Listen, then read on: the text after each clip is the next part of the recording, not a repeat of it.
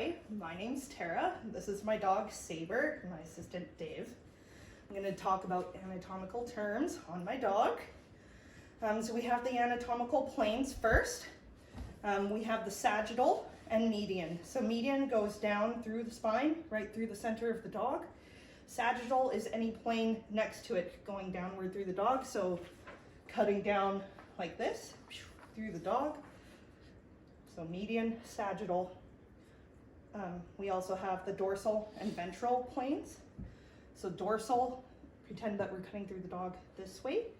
So anything above dorsal, anything below ventral. And that can be anywhere. So dorsal can mean from here or from down here upward, and then ventral downward. So dorsal is his back, ventral is abdomen. Then there's also the word mid-sagittal, which is just another word for median. It's the middle sagittal line. So we have all the sagittal and then mid-sagittal. Then we have directional terms. So we have left and right on the dog. And we're referring to the dog's left and right, not ours. So he has his left paw and his right paw. And then we also have cranial and caudal.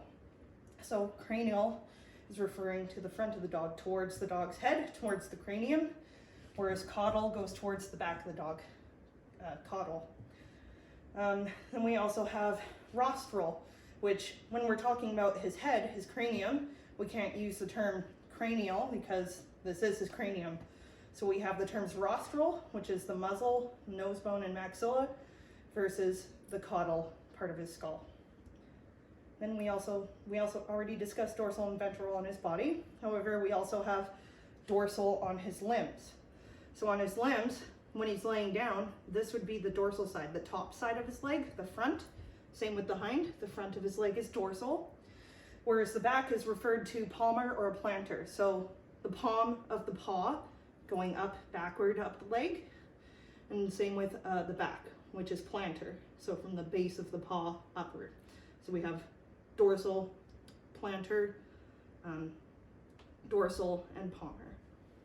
Good boy. Then we also have joint movement. Oh, sorry, I'm skipping ahead. We have medial and lateral.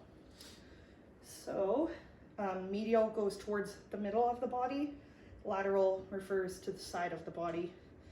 So let's say that we have two wounds here and here.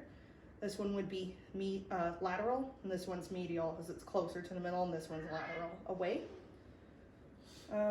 Then we have deep and superficial wounds. That's what I hate. Lay down for now. Good boy. So superficial would be anywhere on the surface of the skin, whereas deep would be internal wounds. So let's say in his actual body cavity. Then we have proximal and distal. Oh, I'm sorry. I pinched your skin. So we have proximal and distal, usually referring to the limbs. So proximal means in proximity to the body, closer to the body, whereas distal means away, distance away. So if we're looking at the leg and dividing it, we go proximal and distal. Then we have joint movement, flexion versus extension. So here, let's stand him up again. Thank you. Good boy. So here he's flexing his leg, flexing his bicep, versus extending his leg, so lengthening the limb. And same with the hind leg. So we have flexing versus extending. Then we also have abduction and adduction. So abduction is away from the body and adduction is towards. So this is abducting versus adducting is the limb inwards. So adding to the body. Then we have recumbency terms. So how they're laying on a table for x-rays, for example. Saber, lay down. Down. So this is sternal. He's laying on his sternum, kind of. Laying on his sternum. And then we roll him onto his side. This is lateral recumbency.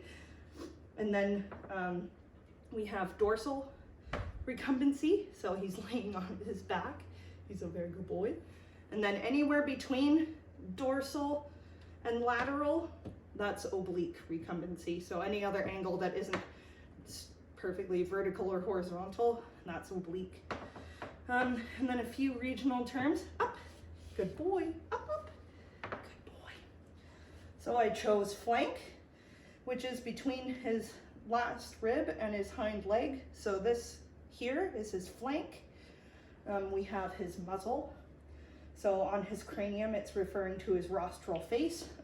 We have the maxilla and nasal bones. This is his muzzle. Then we also have the stifle, which are both of his knees. So this is his knee here. And then we have the hock, which is tarsal bone. Okay? And that's my video. Thank you.